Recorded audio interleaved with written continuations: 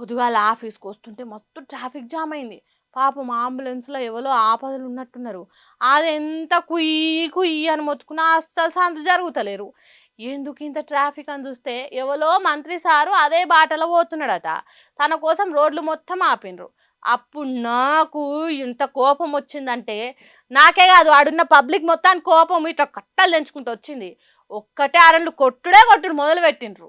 ఎవ్వలైనా తంతనే వంగుతారు, తడుస్తేనే గుడిసెగా అప్పుతాడు అన్నట్టు CM Revanth Reddy సార్ను traffic లో చెక్కిన పబ్లిక్ షికాకు పెట్టేదాకా సోయరానట్టున్నది. చూడుండ్రి ఎట్లా అందరితో పాటు నేను అన్నట్టు సీఎం కాన్వాయ్ ఎట్లా పోతున్నదో. శంషాబాద్ ఎయిర్పోర్ట్ పోతుంటే తీసిన వీడియో ఇది. తడి సప్పులు లేకుండా, హారెన్లు కుయ్యి కుయ్యి సప్పులు లేకుండా సింపుల్ గా పోయిండు సీఎం రేవంత్ రెడ్డి సారు. గింతల్మే అంత మార్పు ఎట్లొచ్చింది? ఎప్పుడో ముఖ్యమంత్రి కొలువుకి ఎక్కిన కొత్తలా సీఎం వస్తున్నాడు పోతున్నాడను ట్రాఫిక్ ఆపొద్దని చెప్పిండు. కానీ కాలం గడిచే కొద్ది పబ్లిక్ ను పాటలు పెట్టిండ్రు పోలీసులు. అది రేవంత్ రెడ్డి సార్కు నచ్చలేదో లేకుంటే పబ్లిక్ ల పతారం ఎంచుకునే దానికో తెలియదు కానీ జనంత రూట్ మార్చినట్టు కొడుతున్నది. అందుకే ఇదంతా ప్రమోషనల్ స్టంటా లేకుంటే నిజంగానే ఎప్పటికి ఇట్లనే పోతాడా అనేది చూడాలి. ఏమో ఎన్నికల దగ్గర పడుతున్న కొద్ది మంచితనం పెరుగుతున్నది కావచ్చు అని ఇంకొంతమంది అంటుర్రు. ఎట్లయితే అయింది కానీ మాకు ట్రాఫిక్ కష్టాలు లేకుండా అయితే అదే 10,000 అని అనుకుంటారట పట్నంలో తిరిగే జనాలు కూడా.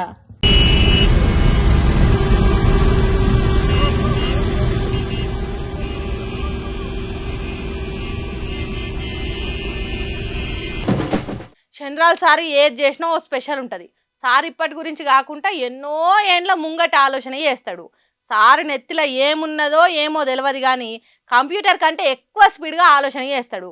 సెల్ ఫోన్కు టార్చ్ లైట్ నుంచి మొదలు పెడితే మొన్నటికి మొన్న చెప్పినట్టు గ్యాస్ మీద వంట చేసుడు నేర్పుడు వరకు చంద్రాల సార్ చేసినాయే.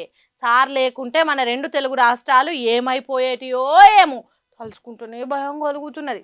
సరే కానీ ఇప్పుడు ఏం చేసిండు ఏం చెప్పిండంటారా? అయితే సార్ మాట్లాడాలి నేను రీ.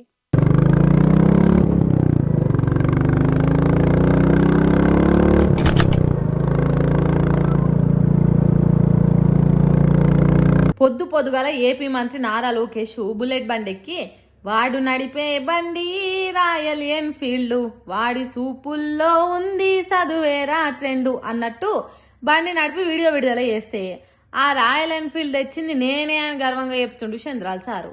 ఇప్పటికే సార్ చేయని పని లేదు 2 తెలుగు రాష్ట్రాలల్లా. అదేదన్నా మిగిలింది అంటే రాయల్ ఎన్ఫీల్డ్ బండ్లను తయారు చేసే కంపెనీని ఆంధ్రప్రదేశ్ రాష్ట్రానికి తెచ్చుడు. అందుకే ముసిముసిగా నవ్వుకుంటూ ముద్దుగా చెప్తున్నాడు. ఒక పండుగ వాతావరణం జరుగుతున్నాయి. ఒక మాటలో చెప్పాలంటే ఒకప్పుడు బుల్లెట్, రాయల్ బుల్లెట్ అది మెజెస్టిక్ రైడ్ ఒకే తమిళనాడులో ఉండేవాడు. Yesterday we have cleared to get to Andhra Pradesh. Royal Enfield నేను చిన్నప్పుడు కూడా కాలేజీలో ఉన్నప్పుడు రాయల్ ఎన్ఫీల్డ్ ఎక్కితే అదొక ప్రైడ్, మెజెస్టిక్ వెహికల్. అది ఒక్క తమిళనాడులో అంటే మనం తేగలిగాం. అప్పుడు బుల్లెట్ బండి ఎక్కిన, ఇప్పుడు అదే బుల్లెట్ బండి కంపెనీని రాష్ట్రానికి తీసుకొచ్చిన.